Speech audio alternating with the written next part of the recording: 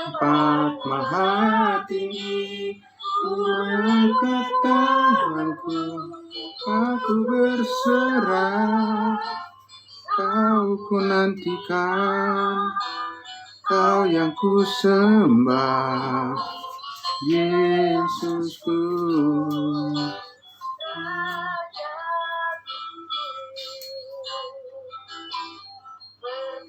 Pertolonganku di tempat maha tinggi, ku mengangkat tanganku, aku berserah.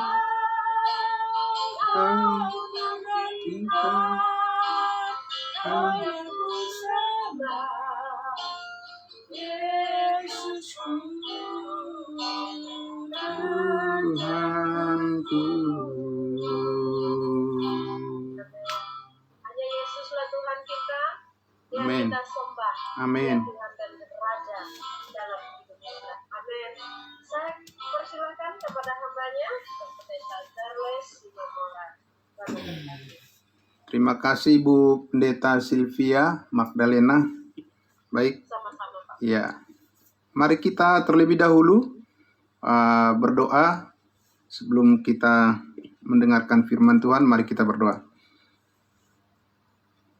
Allah Bapa di dalam surga, Allah yang begitu mengasihi kami, Allah yang terus memenuhi kami dengan kebaikan-kebaikan yang dari surga, Allah yang terus memberikan kami pertolongan dan yang menjadi sumber kekuatan kami di dalam setiap apapun yang kami jalani dalam kehidupan kami sejak kami diselamatkan oleh kasih karunia Tuhan. Kami senantiasa rindu memahami kehendak-Mu ya Bapa, supaya apapun yang kami kerjakan, apapun yang kami lakukan, semuanya menjadi bagian dari perwujudan, penjelmaan dari pertanggungjawaban iman kami di tengah-tengah dunia ini. Karena kami ingin dipakai oleh Tuhan menjadi garam dan terang, menyaksikan kebenaran Injil Kristus kepada setiap orang, dan kami diberikan hikmat untuk melayani semua orang, membawa jiwa-jiwa kepada Kristus Tuhan kami. Terima kasih Bapa, terima kasih Tuhan Yesus, untuk malam hari ini dalam acara webinar kami, diberikan kami kesempatan ya Tuhan, melalui wadah The Power of Love dan juga komunitas di Kamis Ministry. Kami berterima kasih atas pertolongan Tuhan, sudah mengumpulkan kami semuanya dari tempat yang berbeda, dari timur ke barat, dari barat ke timur. Terima kasih Tuhan Yesus atas semua saudara-saudara kami yang sudah terhimpun di dalam ruangan Zoom meeting pada malam hari ini, dan juga semua saudara-saudara kami yang menyaksikan di live streaming Facebook. Tuhan memberkati semua yang mendengarkan firman Tuhan, dan biar kami semakin diperlengkapi oleh Roh Kudus, sehingga kami dipakai oleh Tuhan untuk menyaksikan kehebatan luar biasa dan kedahsyatan daripada anugerah Allah, kasih karunia Allah yang bekerja melalui Yesus Kristus, Tuhan dan Juru Selamat kami. Terima kasih Bapa, kami bersyukur dan berdoa padamu Bapa di dalam surga. Haleluya. Amin. Amin. Ya. Shalom, selamat malam kepada semua kita, Bapak Ibu Saudara yang sudah hadir pada malam hari ini, baik yang ada di ruangan Zoom meeting maupun yang ada di media live streaming Facebook.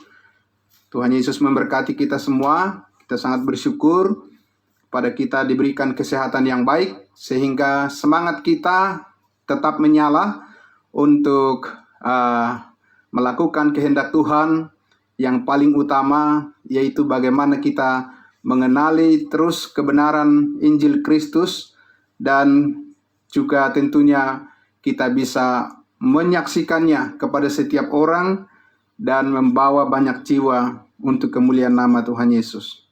Ya Bapak Ibu Saudara yang dikasihi Tuhan Yesus, malam hari ini dari komunitas The Power of Love diberikan kepada saya kesempatan untuk menyampaikan firman Tuhan terkait dengan bagaimana kita melayani kelompok dari aliran saksi-saksi Yehova, ya.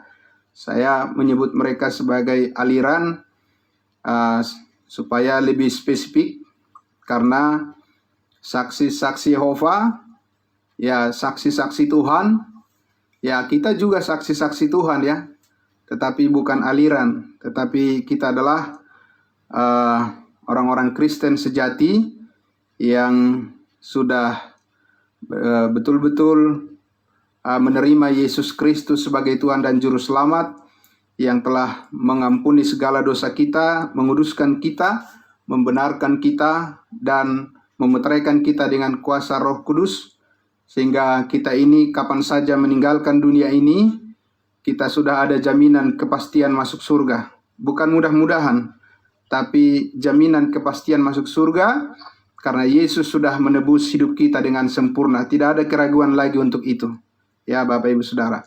Tinggal bagaimana sekarang kita sebagai orang-orang percayanya Tuhan harus menyaksikan kepada semua orang kebesaran anugerah Tuhan yang sudah sampai pada kita.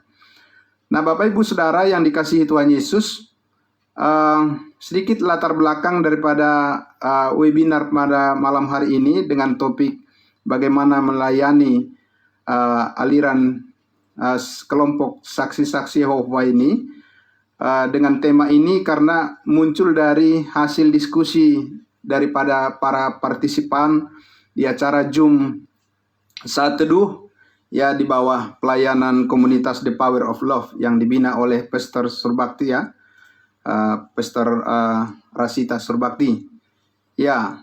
Dan tapi mungkin juga disebabkan karena belum lama ini juga muncul lagi di berita di media televisi, media elektronik yang viral, ya, bahwa ada anak-anak sekolah di Batam yang tidak mau hormat bendera merah putih, ya.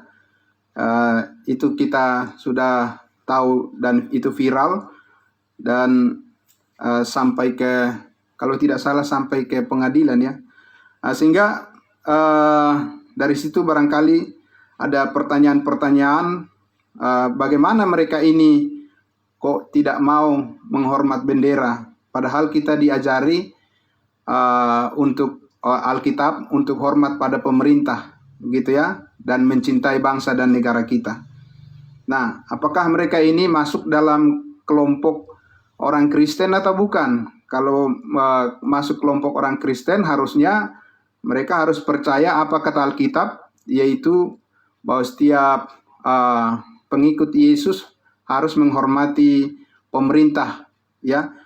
Itu ajaran Alkitab. Nah, sehingga kita dirasa perlu sedikit untuk menambah bagaimana pengetahuan kita dan tentunya keakraban dan kekompakan kita untuk bisa lebih solid lagi untuk bisa menolong mereka yang sudah sangat jauh menyimpang dari ajaran Alkitab, ya. Nah, Bapak Ibu Saudara, sebelum saya masuk ke pendahuluan materinya, saya juga ingin sedikit menyaksikan bahwa saya sudah beberapa kali dari dulu bertemu dan sharing diskusi dengan penginjil-penginjil dari aliran saksi-saksi Yehova ini, ya, pengajar-pengajar mereka, baik pengajar yang ada di sini di Jakarta maupun yang kebetulan mereka sudah berdomisili di luar negeri, di Hong Kong, dan menjadi pengajar di sana, kembali ke Indonesia, dan saya sudah beberapa kali berdiskusi dengan mereka, ya, dengan pengajar-pengajar daripada aliran saksi-saksi Yehova ini. Jadi memang saya melihat memang yang ada bukan pemahaman yang benar tentang Alkitab yang ada pada mereka, tetapi fanatisme yang sangat berlebihan karena ketidaktahuan atau ignoran daripada mereka untuk dasar-dasar daripada iman Kristen itu sendiri ya. Nah, tapi ini adalah menjadi tugas kita semua, Bapak Ibu Saudara, karena mereka ada juga di sekeliling kita. Kita tidak bisa menganggap bahwa mereka tidak akan mempengaruhi kekristenan, karena kenyataannya adalah sudah banyak yang sudah mengikuti mereka, sudah sangat banyak ya. Mungkin jumlah mereka di Indonesia saja mungkin sudah puluhan ribu barangkali ya. Dan saudara-saudara jasmani saya juga, opung saya ada juga yang sudah lama sekali ya menjadi penganut aliran ini, dan hubungan kami tidak begitu dekat karena perbedaan dalam pandangan soal tradisi juga.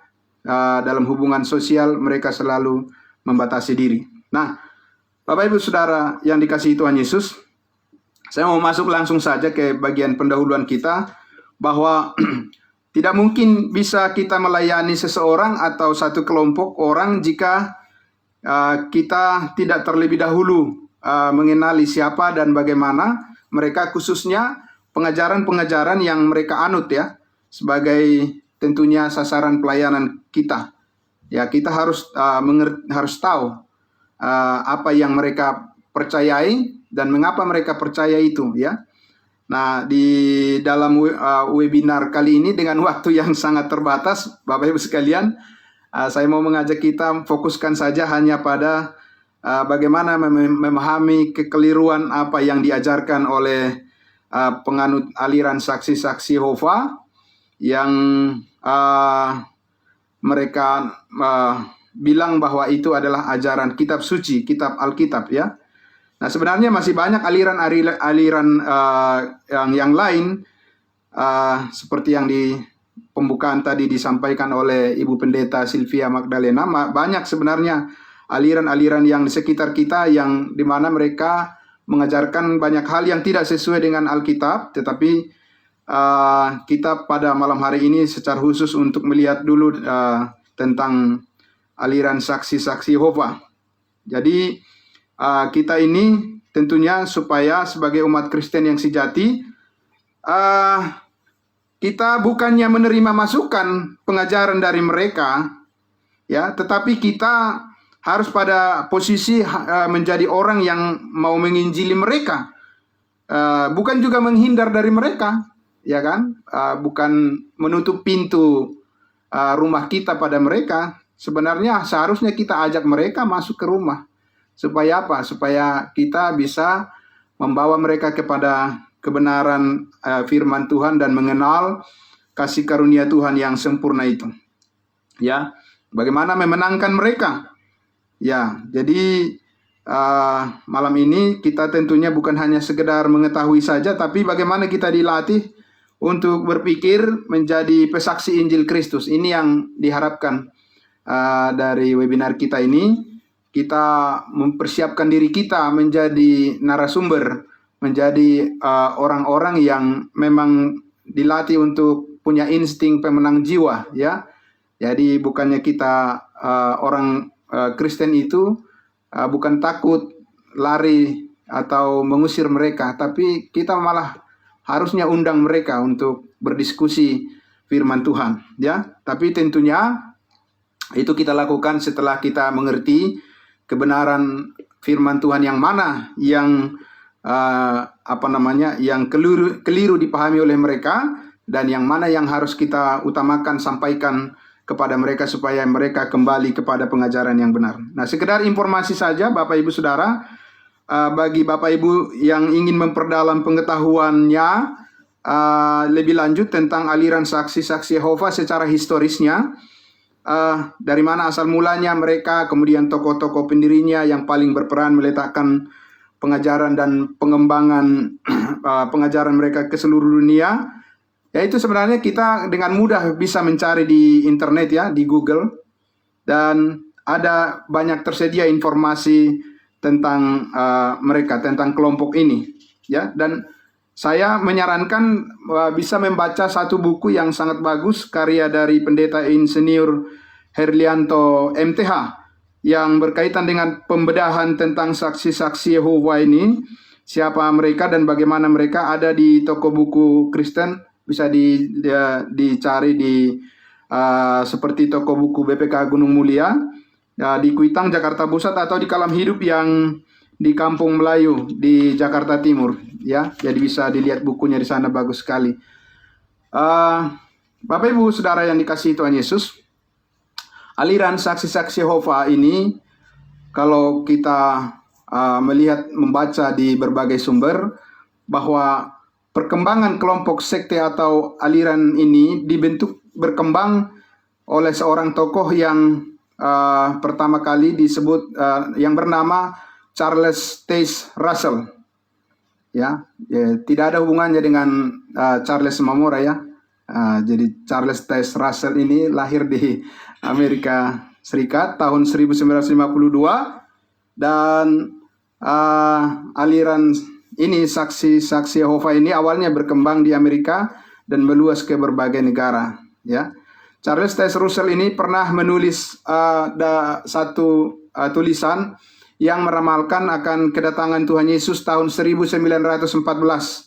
Sehingga dengan kedatangan Tuhan Yesus itu langsung mendirikan kerajaan 1000 tahun di bumi, ya, karena pengharapan daripada saksi-saksi Yehova adalah di bumi yang baru. Ya, jadi tahun 1914 diramalkan Yesus akan datang ke bumi ini, tapi tidak benar terjadi demikian, dan ramalannya itu keliru. Ya, kemudian pada tahun 1884 ia mendirikan perkumpulan yang namanya siswa-siswa Alkitab, itu awalnya. Kemudian setelah ia meninggal tahun 1916 di usia belum terlalu tua, ya, masih usia 64 tahun, kemudian digantikan oleh penerusnya bernama Joseph Franklin Rutherford, yang mana ia lebih senang menggunakan nama kelompok ini dengan Jehovah Witnesses, ya, jadi saksi-saksi Yehova, daripada siswa-siswa Alkitab yang awalnya dibentuk oleh Charles Taze Russell. Mereka berkantor di Brooklyn, New York, Amerika Serikat, kantor pusatnya. Jadi nama saksi-saksi Yehova ini sendiri mereka ambil dari Yesaya pasal 43 ayat 10. Coba saya akan membacakan untuk kita. Yesaya 43 ayatnya yang ke-10. Demikian firman Tuhan. Kamu inilah saksi-saksiku, demikianlah firman Tuhan, dan hambaku yang telah kupilih supaya kamu tahu dan percaya kepadaku, dan mengerti bahwa aku tetap Dia, sebelum aku tidak ada Allah dibentuk, dan sesudah aku tidak akan ada lagi. Jadi di sini, kamu inilah saksi-saksiku, demikian firman Tuhan, firman Yehova, ya. Nah, Bapak Ibu sekalian, nah, kalau kita lihat konteks daripada ayat ini kan sudah jelas sekali, ya, bahwa ayat firman Tuhan ini ditujukan kepada siapa?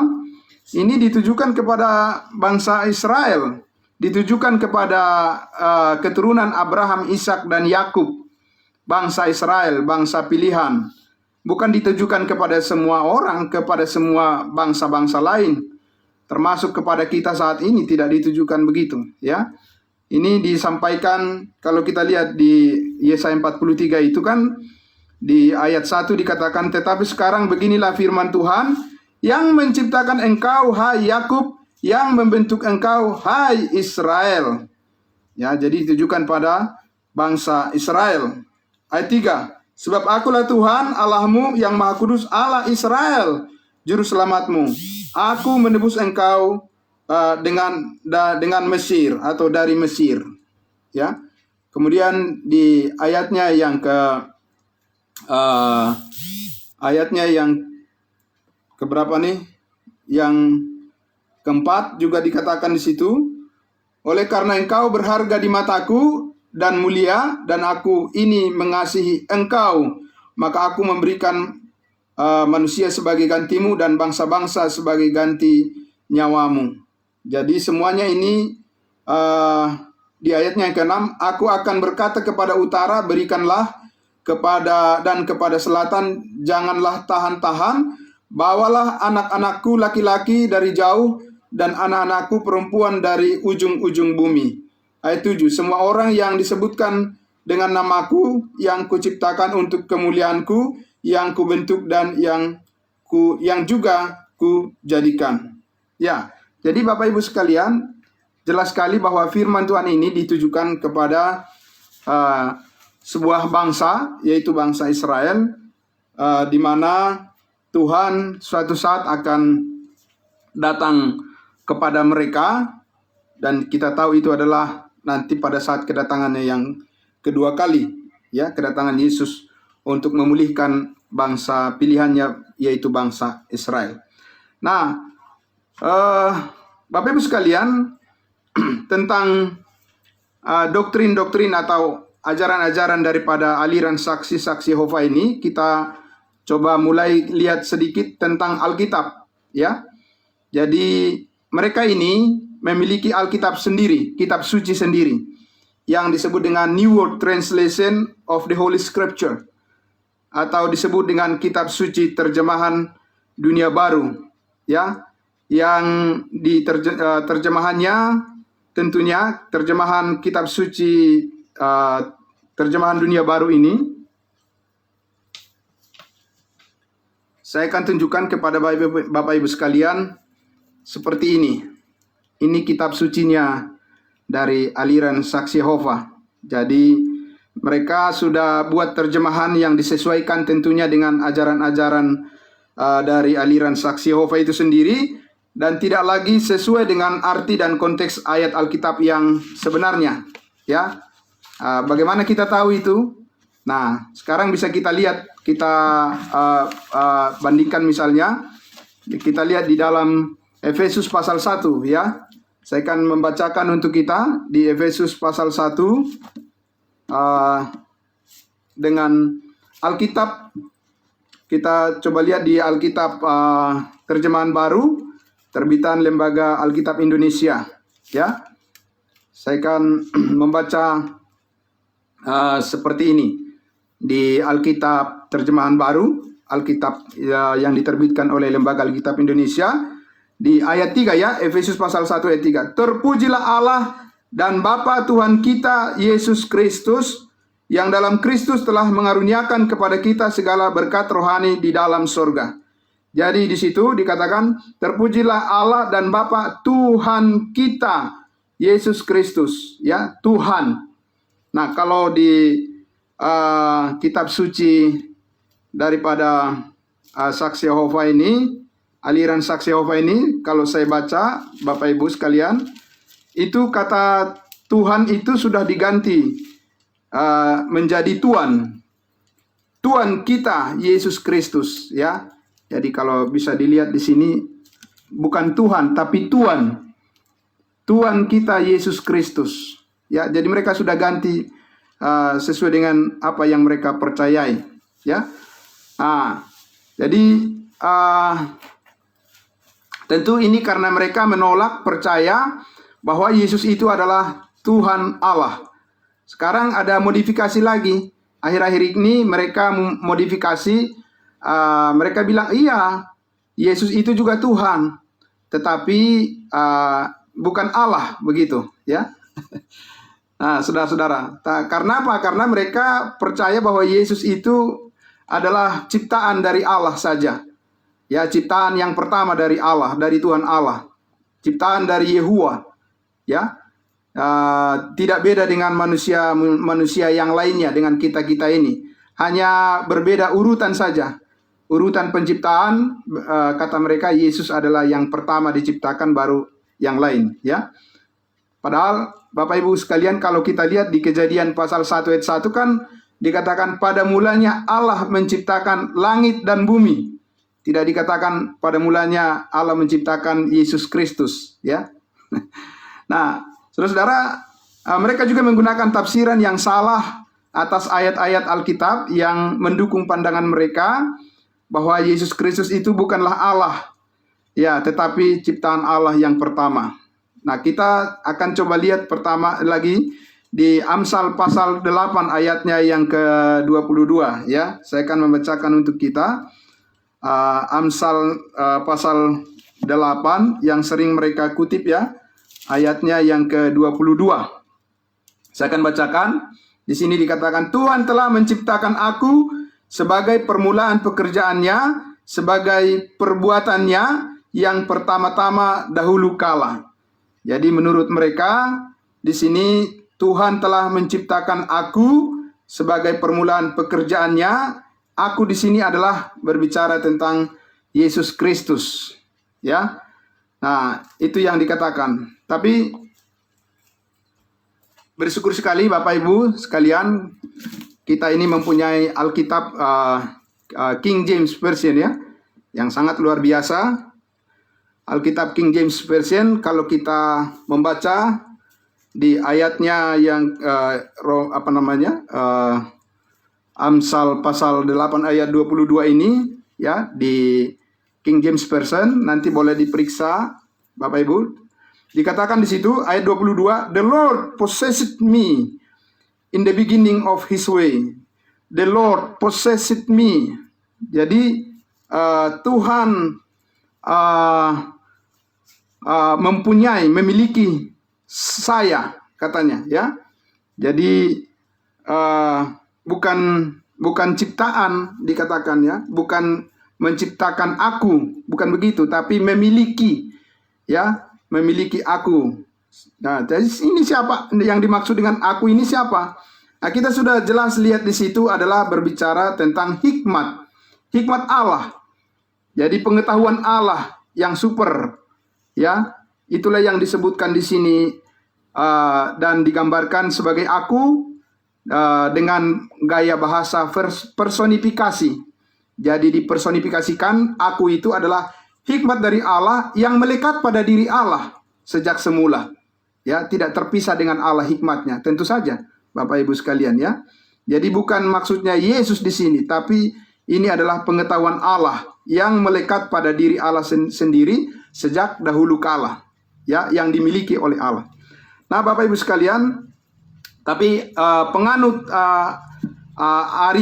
Arianisme, ya, oleh seorang tokoh yang bernama Arius pada abad 4 Masehi, itulah yang pertama kali menafsirkan bahwa Amsal 8 ayat 22 ini adalah Yesus, sehingga Yesus itu bukanlah sederajat dengan Allah, tetapi hanya dia ciptaan yang pertama. Ya, dari sinilah pengajaran yang disebut dengan Unitarian, ya, ketunggalan Allah. Jadi Allah bukan Tritunggal, tapi tunggal, begitu, ya. Nah, menolak Allah Tritunggal, tetapi itu sudah dikutuk oleh konsili, ya, konsili Nisea. Nah, Bapak Ibu sekalian, coba kita lihat lagi Wahyu pasal 3 ayatnya yang ke-14. Saya mengajak kita untuk melihat Wahyu pasal 3 ayatnya yang ke-14. Saya akan langsung membacakan untuk kita semuanya. Di Wahyu pasal 3 ayat 14 dikatakan, dan tuliskanlah kepada malaikat jemaat di Laodikia, inilah firman dari Amin, saksi yang setia dan benar, permulaan dari ciptaan Allah. Ya, gitu ya, permulaan dari ciptaan Allah. Jadi Yesus itu adalah ciptaan. Lagi-lagi mereka katakan ini buktinya bahwa Yesus itu bukanlah Allah, tapi dia adalah ciptaan. Nah, Bapak Ibu sekalian, kembali lagi kita melihat Alkitab kita yang luar biasa, ya, King James Version, yang sangat luar biasa, selalu menjaga bagaimana supaya kebenaran itu tetap sesuai dengan apa yang diinspirasikan oleh Allah melalui Roh Kudus. Apa yang tertulis di dalam Alkitab itu sendiri bisa kita lihat, dikatakan bahwa di dalam Alkitab King James Version dikatakan the faithful and true witness, the beginning of the creation of God. Ya, jadi the beginning of the creation of God.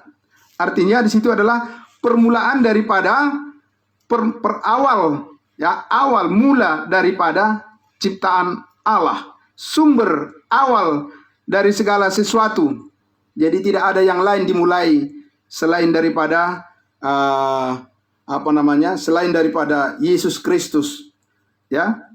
Nah, Bapak Ibu sekalian, karena itu ini tidak seperti terjemahan yang kita lihat tadi, permulaan daripada ciptaan Allah, tetapi permulaan sumber daripada ciptaan daripada Allah. Jadi semua karya tidak bisa tidak diawali daripada pembuat karya itu sendiri, ya, dari pengetahuan daripada yang membuat karya itu sendiri. Jadi di sini kita lihat bahwa Yesus bukan berarti terpisah sebagai ciptaan dari Allah di dalam kekekalan, ya, karena Yesus itu kekal adanya, tidak ada permulaannya dan tidak ada akhirnya. Di kitab Wahyu ini pasal pertama kan sudah jelas dikatakan aku adalah Alfa dan Omega, ya, yang awal dan yang akhir. Nah, para saksi Yehova biasanya tidak mau mengembangkan pemahaman mereka dalam pembelajaran konteks. Pokoknya dicomot aja ayat itu, kalau kira-kira mendukung pengajaran mereka, yaitu dipakai, kalau tidak mendukung, mereka mengabaikannya. Nah, sekarang saya ajak kita lagi Bapak Ibu sekalian untuk melihat Kolose pasal 1 ayatnya yang ke-16. Kolose pasal 1, disinilah Rasul kita, Rasul Paulus membentangkan dengan luar biasa tentang pengertian Yesus Kristus sebagai sumber ciptaan. Kolose pasal 1 ayatnya yang ke-16 akan saya bacakan langsung untuk kita semuanya. Ya, dari ayat 15. Ia adalah gambar Allah yang tidak kelihatan, yang sulung, lebih utama dari segala yang diciptakan. Lebih utama dari segala yang diciptakan. Tidak ada yang lebih utama dari segala yang diciptakan kalau bukan Tuhan. Amin Bapak Ibu sekalian. Karena hanya dialah yang harus ditinggikan. Jadi Yesus yang lebih utama dari segala yang diciptakan. Nah, kalau dia hanya ciptaan, bagaimana dia bisa lebih utama daripada ciptaan yang lain? Tetapi kalau dia adalah pencipta, tentu saja dia akan lebih utama daripada ciptaan yang lainnya. Ayat 16. Karena di dalam Yesus telah diciptakan segala sesuatu yang ada di sorga dan yang ada di bumi. Ya, makin luar biasa lagi di sini diperlihatkan kekuasaan, keilahian daripada Yesus Kristus itu, ya. Bahwa di dalam dialah diciptakan, di dalam Yesus segala sesuatu diciptakan, baik yang di sorga maupun yang ada di bumi, yang kelihatan dan yang tidak kelihatan, baik singgasana maupun kerajaan, baik pemerintah maupun penguasa, segala sesuatu diciptakan oleh Dia dan untuk Dia. Amin. Tidak mungkin dia adalah satu ciptaan lagi, karena di sini dikatakan segala sesuatu diciptakan oleh Dia, diciptakan oleh Yesus. Ya, Bapak Ibu sekalian, luar biasa, ya. Dan segala sesuatu adalah untuk kemuliaan Dia. Ya, tidak mungkin ada ciptaan segala sesuatu menjadi kemuliaannya, tidak bisa. Segala kemuliaan hanya bagi Tuhan. Amin. Hanya bagi Allah. Hanya bagi Yesus Kristus, Tuhan dan Juru Selamat kita. Segala kemuliaan hanya bagi Dia. Di ayatnya ke-17. Ia ada terlebih dahulu dari segala sesuatu. Bagaimana ciptaan bisa ada lebih dahulu dari segala sesuatu? Ya, pasti penciptanya yang lebih dahulu dari segala sesuatu. Kalau Dia bukan penciptanya, tidak mungkin Dia bisa ada dari segala yang diciptakan. Amin. Nah, itu yang sangat luar biasa. Ya, Ia ada terlebih dahulu dari segala sesuatu, dan segala sesuatu ada di dalam Dia. Amin, puji Tuhan. Ayat 18. Ialah kepala tubuh, yaitu jemaat. Ialah yang sulung yang pertama bangkit dari antara orang mati, sehingga Ia yang lebih utama dari segala sesuatu. Lebih utama, dan lebih utama. Tidak boleh ada ciptaan lebih utama daripada ciptaan yang lain. Kalau Yesus itu diciptakan, Dia tidak boleh lebih utama daripada ciptaan yang lain. karena berarti itu artinya sama derajatnya. Tetapi karena di sini adalah Yesus sebagai pencipta dan di dalam Dia segala ciptaan diciptakan, maka Dia tidak bisa tidak. Dia adalah Tuhan, Dia adalah Allah. Ya. Satu lagi Bapak Ibu, saya mau mengajak kita untuk melihat lagi di Yohanes pasal 1. Yohanes pasal 1, ya, Yohanes pasal 1. Kita lihat ayatnya, Yohanes pasal 1, ayatnya yang pertama sampai ayatnya yang keempat akan saya bacakan untuk kita ya, Bapak Ibu sekalian. Yohanes pasal 1. Iya. Yohanes pasal 1 ayat 1 sampai 4. Mana nih? Pada mulanya adalah firman. Firman itu bersama-sama dengan Allah. Dan firman itu adalah Allah. Nah, ini setara dengan Allah. Ya, sejajar. Satu derajat. Firman itu bersama-sama dengan Allah di kekekalan. Dan firman itu adalah Allah. Ayat 2. Ia pada mulanya bersama-sama dengan Allah. 3. Segala sesuatu dijadikan oleh Dia, oleh firman itu. Ya. Dan tanpa Dia, tanpa firman itu tidak ada sesuatu pun yang telah jadi dari segala yang telah dijadikan. Ya, itu tadi dijelaskan di kitab Kolose ya. Oh, segala sesuatu diciptakan oleh Dia dan di dalam Dia. Ayat 4. Dalam Dia ada hidup dan hidup itu adalah terang manusia. Ya. Kemudian di ayat 14, firman itu telah menjadi manusia dan diam di antara kita, dan kita telah melihat kemuliaannya, yaitu kemuliaan yang diberikan kepadanya sebagai anak tunggal Bapa, penuh kasih karunia dan kebenaran, ketika Dia berinkarnasi menjadi manusia daging. Ya, Dialah firman yang kekal, Allah, firman yang kekal yang bersama-sama dengan Allah dan yang adalah Allah juga. Ya, nah Bapak Ibu sekalian yang dikasihi Tuhan Yesus, itu tadi kita lihat tentang Tuhan Yesus Kristus. Kemudian berikutnya saya mengajak kita untuk melihat tentang Roh Kudus, ya, Roh Kudus.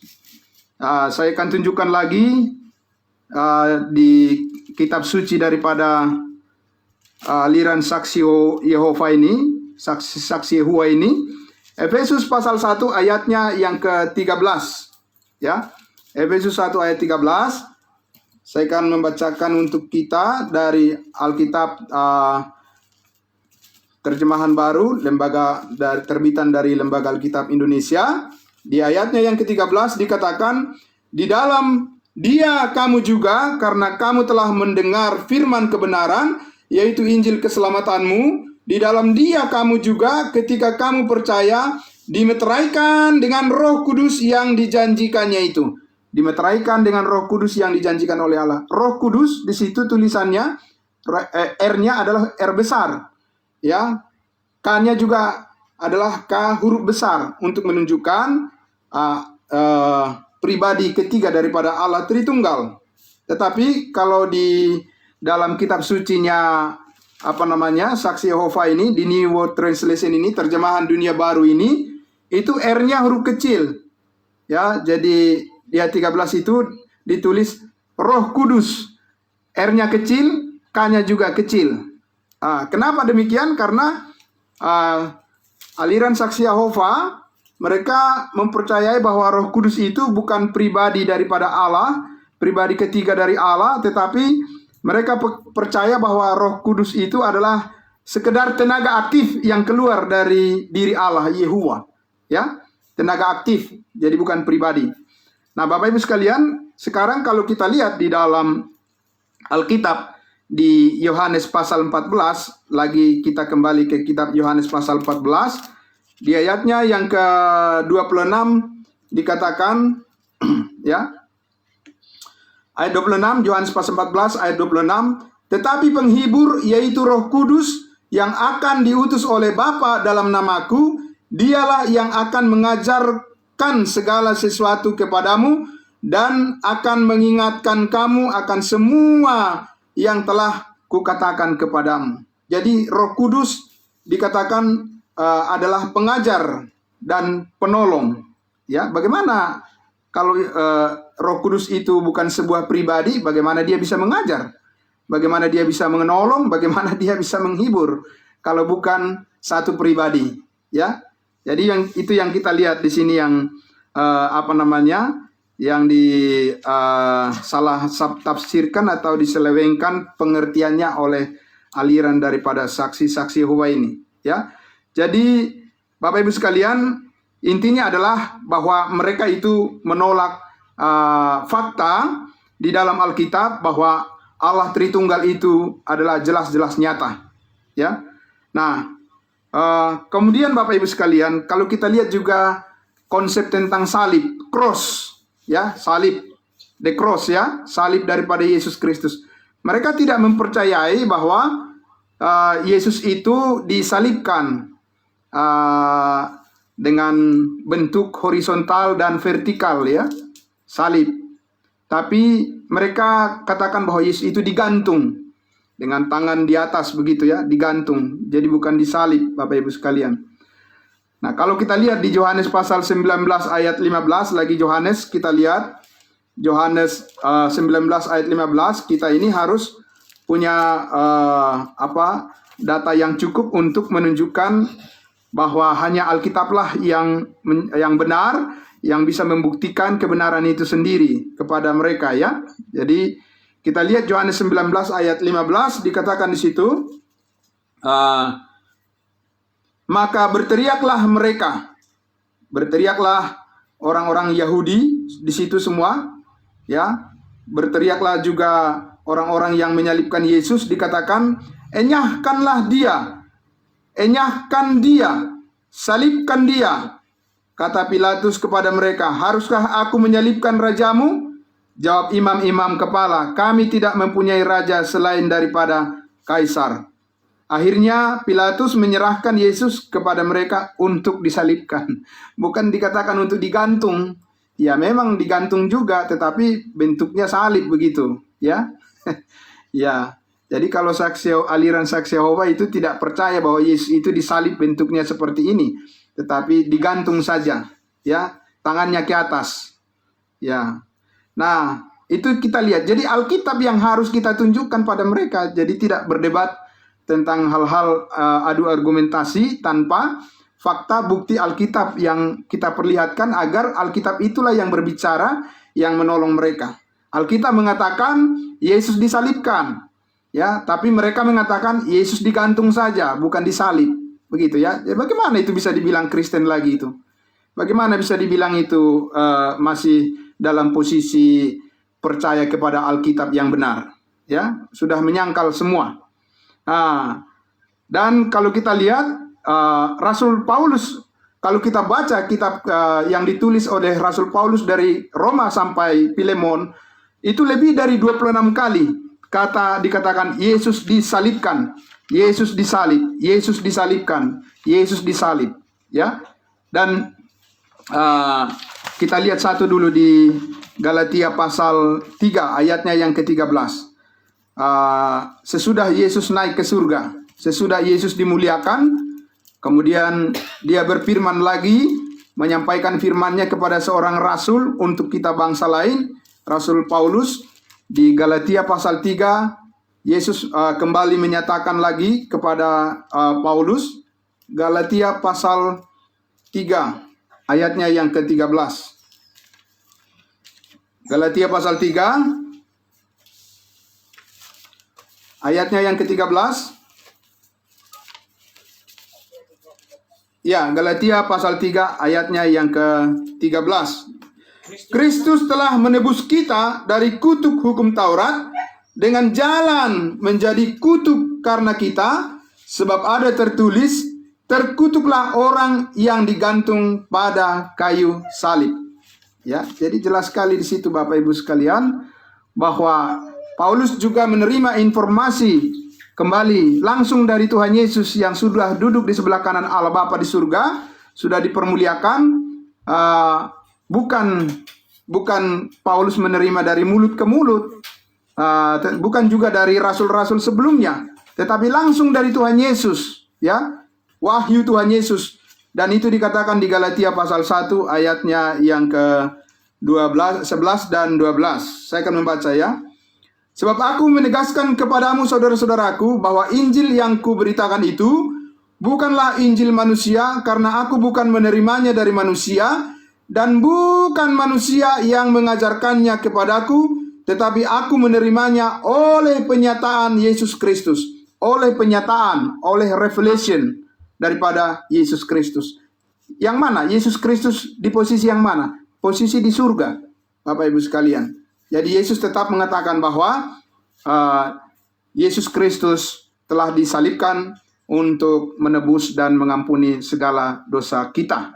Nah, Bapak Ibu sekalian, saya juga perlu menyampaikan lagi selanjutnya di sini tentang konsep daripada keselamatan daripada yang dianut oleh aliran daripada saksi-saksi Yehova ini. Jadi bagi saksi-saksi Yehova ini, Bapak Ibu sekalian, iman kepada Yehova lah yang menyelamatkan manusia. Jadi bukan hanya iman kepada Yesus, tapi iman kepada Yehova, Allah Yehova. Jadi karena dosa Adam yang pertama mengakibatkan kematian fisik bagi manusia, semua keturunan daripada Adam, maka Allah Yehova mempersiapkan sebuah strategi penyelamatan agar manusia dapat kembali hidup di bumi seperti keadaan Adam sebelum berdosa. Ini adalah harapan yang paling besar daripada aliran saksi Yehova ya. Bumi ini akan diperbaharui kelak, akan diperbaharui kembali suatu saat nanti oleh Allah Yehova, menjadi tempat tinggal manusia sebagai Firdaus yang baru, yang hilang karena dosa Adam yang di Taman Eden ya. Nah, Bapak Ibu sekalian, ini akan kita lihat di Kolose pasal 2 ayatnya yang ke-13, bagaimana ditegaskan di sini tentang penebusan yang dilakukan oleh Yesus Kristus oleh darahnya. Karena saksi-saksi Yehova tidak mempercayai penebusan daripada dosa-dosa oleh darah Kristus secara sempurna ya. Kolose pasal 2 ayatnya yang ke-13 dan 14. Saya akan membacakan untuk kita. Kamu juga meskipun dahulu mati oleh pelanggaranmu dan karena tidak disunat secara lahiriah, telah dihidupkan Allah bersama-sama dengan Dia sesudah Ia mengampuni segala pelanggaran kita. Ya, jadi dikatakan sesudah Allah mengampuni segala pelanggaran kita melalui korban kematian Yesus Kristus di atas kayu salib, ya, kita diampuni dari segala pelanggaran kita dengan ayat 14 dengan cara menghapuskan surat hutang yang oleh ketentuan-ketentuan hukum yang mendakwa dan mengancam kita, dan itu ditiadakannya dengan memakukannya pada kayu salib. Jadi bukan hanya dosa warisan yang diampuni oleh Yesus Kristus di atas kayu salib.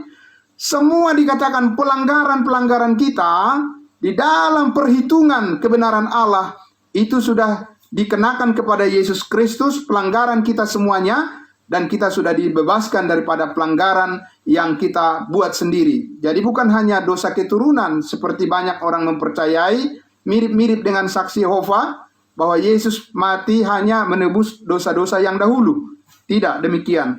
Ya, Yesus mengampuni segala dosa kita dulu, sekarang, dan yang akan datang. Nah, Bapak Ibu sekalian, sehingga kita lihat di dalam Filipi pasal 3 ayat 20, saya akan tunjukkan dari kitab suci mereka ya. Jadi banyak waktu saya berdiskusi juga dengan pengajar-pengajar daripada aliran saksi Yehova ini saya tunjukkan kepada mereka untuk membuktikan bahwa mereka itu berkontradiksi, bertentangan dengan apa yang mereka yakini dengan kitab suci mereka sendiri. Karena saksi Yehova mengatakan bahwa pengharapan mereka adalah di Firdaus, bumi yang baru, bukan di surga. Yang di surga katanya hanya 144.000. Nah, sekarang saya tunjukkan dari kitab suci mereka, Filipi pasal 3 ayatnya yang ke-20. Ya, Filipi pasal 3 ayat 20. Saya baca dari kitab suci mereka ya. Ini saya perlihatkan kepada Bapak Ibu. Filipi pasal 3 ayat 20 saya baca ya. Dari kitab suci mereka, dari Kitab Suci Terjemahan Dunia Baru. Mengenai kita, kewarganegaraan kita adalah di surga. Jadi tidak dibilang di bumi baru, di surga. Dengan penuh kerinduan kita menantikan seorang juru selamat dari tempat itu, yaitu Tuhan Yesus Kristus. Mengenai kewargaan kita adalah di dalam surga. Nah, ini pernah saya tunjukkan kepada mereka. Kalau mereka bilang kewargaan kita adalah di bumi, tetapi Alkitab mereka mengatakan kewargaan kita adalah di dalam surga, ya, di atas. Surga itu di atas, Bapak Ibu sekalian. Karena Yesus naik, terangkat ke atas, ya, dan akan turun dari atas. Jadi surga itu ada di atas, bukan di bumi. Nah, Bapak Ibu sekalian, jadi mereka saksi-saksi Yehova itu percaya bahwa Yesus adalah penebus dosa. Tetapi seperti saya katakan tadi, bukan melalui darahnya, darah Yesus Kristus yang mati di kayu salib, ya, tetapi melalui ketaatan-ketaatan daripada pengikut-pengikutnya sendiri, pengikut-pengikut daripada Yesus Kristus. Ketaatan mereka lah yang menyebabkan dosa-dosa mereka diampuni, bukan darah Kristus yang tercurah di Bukit Kalvari, ya. Dan perbuatan-perbuatan baik bagi mereka adalah bukti utama iman yang menyelamatkan kepada Yehuwa, Allah Yehuwa. Nah, Bapak Ibu sekalian, saya mengajak kita lagi melihat di Roma 3 ayat 21 sampai ayatnya yang ke-24. Roma pasal 3 ayat 21 sampai ayatnya yang ke-24. Kalau Bapak Ibu sekalian berhadapan dengan orang-orang dari aliran ini, mereka akan selalu bersikukuh mengatakan bahwa kita ini hidup di bawah hukum Taurat, bahwa kita ini harus patuh kepada hukum Taurat, ya, supaya kita masuk ke dalam kerajaan Allah Yehova. Tetapi apa yang dikatakan oleh Alkitab di Roma pasalnya yang ketiga, ayatnya yang ke-21 akan saya bacakan untuk kita semua. Dari ayat 21 sampai 24. Ya, tetapi sekarang tanpa hukum Taurat, kebenaran Allah telah dinyatakan. Tanpa hukum Taurat. Tidak pakai hukum Taurat, Bapak Ibu Saudara. Sekarang kebenaran Allah telah dinyatakan. Seperti yang disaksikan dalam kitab Taurat dan kitab para nabi, yaitu kebenaran Allah karena iman dalam Kristus Yesus bagi semua orang yang percaya, sebab tidak ada perbedaan. Jadi kebenaran karena iman, bukan kebenaran karena melakukan hukum Taurat. Ayat 23, karena semua orang telah berbuat dosa dan telah kehilangan kemuliaan Allah, dan oleh, ayat 24, dan oleh kasih karunia telah dibenarkan dengan cuma-cuma karena penebusan dalam Kristus Yesus. Bagi aliran ini, orang yang menjadi benar adalah karena perbuatan-perbuatannya yang benar. Tetapi Alkitab mengatakan tidak. Kita dibenarkan dengan cuma-cuma karena penebusan dalam Kristus Yesus. Nah, ini penting sekali diketahui oleh umat Kristen supaya bisa menjelaskan bagaimana kita jadi benar. Bukan terutama, bukan dilihat dari apa yang dilakukan oleh orang-orang, tetapi apa yang dilakukan oleh Kristus di atas kayu salib menjadi kebenaran kita, dan karena kita ditebus dari segala dosa kita dan cuma-cuma diberikan kepada kita. Ya. Di ayatnya di Efesus pasal 2 ayat 8 dan 9 dikatakan, sebab karena kasih karunia kamu diselamatkan melalui iman. Itu bukan hasil usahamu, tetapi pemberian Allah. Itu bukan hasil pekerjaanmu. Jangan ada orang yang memegahkan diri. Jadi kita diselamatkan oleh kasih karunia Allah, bukan karena perbuatan, bukan karena apa yang kita lakukan maka kita jadi benar, tapi karena apa yang dilakukan Yesus kita menjadi benar. Kebenaran Yesus adalah kebenaran kita. Bukan kebenaran kita menjadi kebenaran kita. Apa yang dilakukan oleh Kristus di atas kayu salib sempurna adanya dan menjadi kebenaran kita, dan yang kita lakukan tidak pernah sempurna dan itu tidak bisa menjadi kebenaran kita. Bapak Ibu sekalian, itu bedanya. Maka Bapak Ibu sekalian, dikatakan bahwa Roh Kuduslah yang menjamin. Di Efesus 1 ayatnya yang ke-14 tadi, dan Roh Kudus itu adalah jaminan dari segala sesuatu yang kita peroleh. Ya, jaminan segala sesuatu sampai kita memperoleh seluruhnya. Jadi Roh Kudus adalah jaminannya kita memperoleh semua janji Allah, bukan apa yang kita lakukan jaminannya. Seperti yang mereka ajarkan. Ya, kalau ketaatan-ketaatan itulah yang menjamin janji Tuhan dipenuhi dalam kehidupan mereka. Tidak. Tapi janji Tuhan dipenuhi di dalam kita adalah karena Roh Kudus yang menjaminnya. Karena itu adalah anugerah, bukan daripada hasil daripada usaha kita. Tadi sudah jelas dikatakan di situ. Jadi Bapak Ibu sekalian, karena itu kalau kita lihat strategi mereka menyebarkan ajaran-ajaran mereka itu sangat memang kita lihat sangat luar biasa, gencar sekali mereka melalui traktat-traktat, ya, traktat-traktat seperti Menara Pengawal, ada ada bukan traktat tapi itu adalah majalah mereka, majalah Menara Pengawal, majalah Sedarlah dan lain sebagainya. Buku-buku banyak sekali itu selalu disodorkan supaya orang yang tidak paham dengan kebenaran Alkitab, mereka membaca, kemudian pikiran mereka nanti akan dipenuhi dengan ajaran yang mereka sudah sudah rubah sedemikian rupa, tidak sesuai dengan Alkitab, ya. Jadi Bapak Ibu sekalian, kalau begitu bagaimana kita bisa melayani daripada aliran daripada saksi-saksi Yehova ini, penganut aliran saksi-saksi Yehova ini, Bapak Ibu Saudara. Kita harus peka mendengarkan apa yang mereka saksikan, ya, bahwa mereka mengatakan persaudaraan mereka sangat kuat.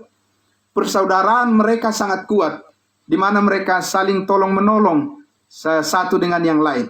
Dan itu saya memang sudah lihat sendiri, ya, Bapak Ibu, dalam dalam hal mereka sangat membela orang sekelompok mereka. Ya, kalau ada yang berkekurangan, ada yang perlu ditolong, nah mereka itu saling berkomunikasi satu dengan yang lain. Dan kalau mereka sudah pergi misalnya tanda kutip menginjili saudaranya atau memberitakan bersaksi, menyaksikan saksi yang diyakini oleh saksi Yehova ini kepada saudara mereka, kemudian saudaranya itu menolak, nanti ditelepon lagi temannya sekelompok yang lain untuk pergi ke situ. Jadi mereka berganti-gantian, orang yang berbeda selalu mendekati orang-orang yang mereka sasar sebagai orang yang mereka ingin ajak untuk mempercayai keyakinan mereka. Ya, mereka tidak mudah berhenti, sangat gigih mereka, Bapak Ibu sekalian. Saya sendiri ke tempat saya sudah berkali-kali mereka datang dan saya selalu memang mengajak berdiskusi. Saya tidak usir mereka, tapi saya mengajak mereka untuk mendengarkan apa yang dikatakan Alkitab, ya. Jadi mereka bilang persaudaraan kami itu yang mereka lihat, katanya persaudaraannya sangat kuat, beda dengan orang-orang Kristen katanya di gereja-gereja. Ya, karena aliran saksi Yehova tidak menyebut tempat persekutuan mereka gereja, ya. Mereka menyebutnya perhimpunan warga kerajaan Yehuwa, ya, dan gedungnya mereka katakan balai kerajaan, bukan gereja. Mereka tidak mengatakan mereka adalah orang-orang gereja, ya. Jadi kalau mereka bukan orang-orang gereja, jadi apakah mereka pantas disebut Kristen? Karena Kristen itu tentunya harus berkumpul mereka berkumpul yang disebut dengan gereja, gitu, ya. Nah, Bapak Ibu sekalian, sekali lagi, mungkin betul itu bahwa persaudaraan mereka itu sangat kuat, ya, di komunitas mereka. Tetapi kita perlu tahu bahwa itu dibangun dengan fondasi iman yang keliru. Ya, kalau bukan keliru, kalau bukan sesat, dikatakan keliru. Ya, kenapa bisa dibilang satu ajaran itu bisa sesat? Karena kalau mereka mengatakan Yesus itu bukan Allah, Yesus itu bukan Tuhan, bukan Allah. Jadi kalau begitu, apa yang dikatakan oleh Alkitab berpuluh-puluh kali, Yesus adalah Allah, adalah Tuhan, Dia adalah Alfa dan Omega, itu mereka sudah menyangkal, begitu, ya. Jadi mereka sudah menyangkal dengan ajaran itu, mereka menyangkal pribadi Yesus sebagai Allah, begitu. Dan itu yang kita katakan keliru, sangat amat keliru, luar biasa, ya. Dan ini menjadi tantangan tersendiri buat kita supaya kita lebih solid, lebih peka untuk membantu sesama saudara seiman. Itu tantangannya, hikmahnya buat kita. Nah, jangan sampai mereka dan sudah sebetulnya mereka persis sama seperti kondisi daripada orang Israel yang ada di Roma pasal 10 ayat 1 sampai 3. Saya akan membacakan untuk kita, ya. Saudara-saudara, keinginan hatiku dan doaku kepada Tuhan ialah supaya mereka diselamatkan. Berarti belum diselamatkan karena masih didoakan. Ya, bukan berarti dengan didoakan mereka diselamatkan. Tapi orang-orang yang belum diselamatkan, seperti aliran saksi Yehova juga, kita harus mendoakan mereka karena mereka belum diselamatkan. Ayat 2, sebab aku dapat memberi kesaksian tentang mereka bahwa mereka sungguh-sungguh giat untuk Allah, bukan giat untuk iblis. Bapak Ibu sekalian, ya, mereka sungguh-sungguh giat untuk Allah, tetapi tanpa pengertian yang benar. Nah, di sini celakanya. Jadi giat untuk Allah itu belum tentu mereka udah selamat. Nah, orang-orang yang beragama Kristen pun sekarang ini banyak yang giat untuk Allah, tetapi mereka berpikir dengan perbuatan-perbuatan mereka itulah mereka akan diselamatkan. Nah, apa bedanya dengan aliran saksi Yehova? Ya, aliran saksi Yehova bilang bahwa mereka tidak cukup dengan iman, harus ditambah dengan perbuatan baru mereka diselamatkan. Orang beragama Kristen juga banyak yang mengatakan bahwa tidak cukup hanya dengan iman, harus juga dengan perbuatan baik, ini dan itu, dan setia sampai akhir, sampai mati, barulah bisa diselamatkan. Ya, banyak gereja-gereja yang mengajarkan begitu. Nah, itu dianggap bahwa ya mirip-mirip saja, hampir-hampir sama-sama saja dengan saksi Yehova. Ya, sehingga bagi mereka tidak susah untuk menyeberang. Yang dibutuhkan adalah bagaimana kenyamanan batin mereka dalam hal saling memperhatikan. Udah langsung menyeberang itu. Kenapa? Karena konsep keselamatannya memang rapuh. Ya, pengertian tentang keselamatan itu memang rapuh di kekristenan itu, sehingga banyak yang menjadi korbannya. Ya, nah karena itu Bapak Ibu sekalian, di sini sungguh-sungguh giat untuk Allah, tapi tanpa pengertian yang benar. Kenapa tanpa pengertian yang benar? Karena tadi sudah dikatakan oleh Rasul Paulus bahwa kita ini dibenarkan hanya melalui iman, bukan dengan perbuatan kita. Perbuatan baik kita itu adalah merupakan ucapan syukur kita sebagai pelayanan kita kepada Tuhan dan kepada sesama. Bukan dasar itu kita memperoleh pembenaran atau keselamatan hidup yang kekal, tapi hanya melalui iman. Ya. Nah, Bapak Ibu sekalian, di ayat 3 dikatakan, sebab oleh karena mereka tidak mengenal kebenaran Allah, yaitu tadi kebenaran karena iman, ya, di pasal 3 ayat 22, dan oleh karena mereka berusaha mendirikan kebenaran mereka sendiri, berusaha mendirikan kebenaran mereka sendiri, maka mereka tidak takluk kepada kebenaran Allah, yaitu kebenaran Allah dalam Kristus Yesus yang sudah menebus kita dengan cuma-cuma, membenarkan kita dengan cuma-cuma, tidak pakai bayar, lunas dibayar oleh Yesus Kristus, bukan kita yang bayar. Bapak Ibu sekalian, kita mengikut Yesus saat ini adalah karena kita tahu bahwa kita sudah dibayar lunas, bukan supaya kita dibayar, tapi karena kita sudah dibayar lunas oleh darahnya yang kudus. Bapak Ibu Saudara yang dikasihi Tuhan Yesus, jadi di sini kita melihat bahwa kesungguhan itu adalah kesungguhan yang tanpa pengertian yang benar dengan firman Tuhan, maka itu apa dikatakan? Itu adalah kesungguhan yang sia-sia, karena berakhir akan binasa kekal. Orang yang tidak percaya kepada kebenaran Kristus, mereka akan berakhir dengan sia-sia, karena mereka tidak mempercayai korban darah Kristus sebagai jalan pendamaian bagi mereka untuk selamanya. Jadi Bapak Ibu sekalian, kita doakan, tidak boleh memusuhi mereka, tidak boleh benci kepada mereka, ya. Dan kita harus malah kita kalau bisa bergaul dengan mereka, tetapi untuk mengajak mereka mendengarkan firman Tuhan, tapi kita harus bisa menjadi narasumber bagi mereka. Jadi bukan kita menerima masukan dari mereka, tetapi kita memberikan pengajaran tentang Injil keselamatan, Injil kasih karunia Allah. Kita harus menjadi narasumber bagi mereka, sehingga kita bisa tetap dalam porsi cara pendekatan yang wajar, yang layak pada mereka. Ya, jadi Bapak Ibu sekalian, kita sebelum sampai kita pada kesimpulan kita harus berlatih menjadi pemenang jiwa untuk kemuliaan nama Tuhan Yesus. Ya, tidak bisa tidak, kita ini harus mengasihi semua mereka, termasuk orang-orang yang sudah jauh menyimpang dari Alkitab, yaitu para aliran-aliran daripada saksi Yehova. Ya, Bapak Ibu sekalian, apa yang dikatakan oleh Rasul Paulus di dalam 1 Korintus pasal 9 ayatnya yang ke-16, ini haruslah menjadi perenungan bagi semua orang Kristen, semua orang percaya. 1 Korintus pasal 9 ayatnya yang ke-16 ini menjadi perenungan yang sangat baik, merupakan tantangan bagi kita semua agar tidak ada lagi korban-korban di hari yang akan datang umat Kristen karena mereka tidak memiliki fondasi iman yang kuat. Ya, 1 Korintus pasal 9 ayatnya yang ke-16. Karena jika aku memberitakan Injil, aku tidak mempunyai alasan untuk memegahkan diri. Sebab itu adalah keharusan bagiku. Keharusan. Celakalah aku jika aku tidak memberitakan Injil. Jadi Bapak Ibu sekalian, komitmen yang luar biasa sampai dikatakan oleh Paulus, celakalah aku kalau aku tidak memberitakan Injil. Bapak Ibu saudara sekalian, ini harus menjadi komitmen kita kepada semua orang.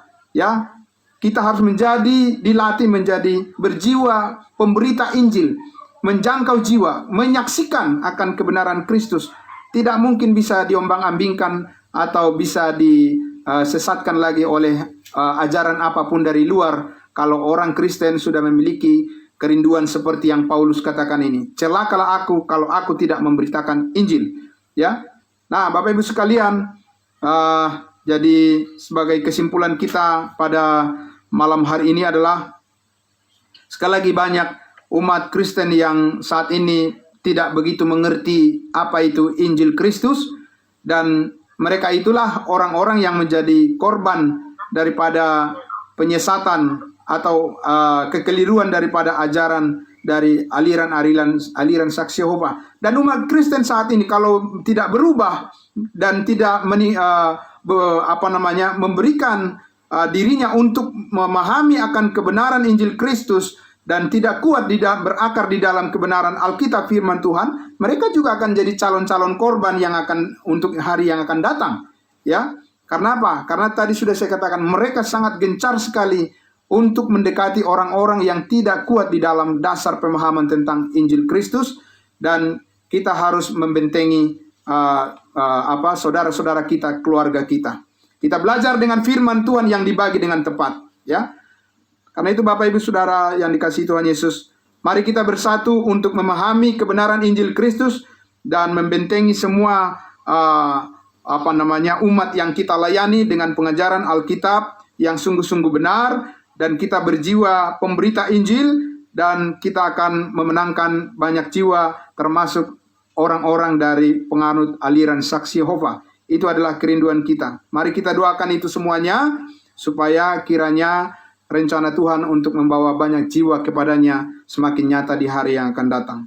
Mari kita doakan mereka. Kita doakan, sekali lagi, tidak boleh menghina mereka, menghina siapapun. Tidak boleh membenci mereka, tapi kita harus mengasihi mereka sama seperti Kristus mengasihi semua orang. Terima kasih, Tuhan Yesus memberkati. Saya kembalikan kepada Ibu Pendeta Sylvia Magdalena untuk kembali memimpin kita di dalam acara diskusi atau sharing selanjutnya. Tuhan Yesus memberkati. Kita berdoa terlebih dahulu. Bapa di dalam surga, terima kasih Tuhan. Kami sangat bersyukur ya Bapa. Kami sudah melihat bagaimana luar biasanya Injil Kristus, Injil kasih karunia-Mu Tuhan, memberikan kekuatan yang sangat besar, yang luar biasa, menyelamatkan setiap orang yang percaya, dan siapapun, dimanapun, dan dalam keadaan apapun, kami rindu agar kami menjadi narasumber, kami menjadi pemberita Injil, dan biarlah hikmat Tuhan memberikan kepada kami pengertian yang lebih jelas lagi, dan Roh Kudus menolong kami semua yang mendengarkan firman Tuhan di malam hari ini. Diberkatilah mereka dengan berlimpah-limpah, dengan berkat surgawi, dengan segala kebaikan dan kemuliaan-Mu. Terima kasih, dalam nama Tuhan Yesus kami berdoa dan bersyukur. Haleluya, amin. Tuhan Yesus memberkati.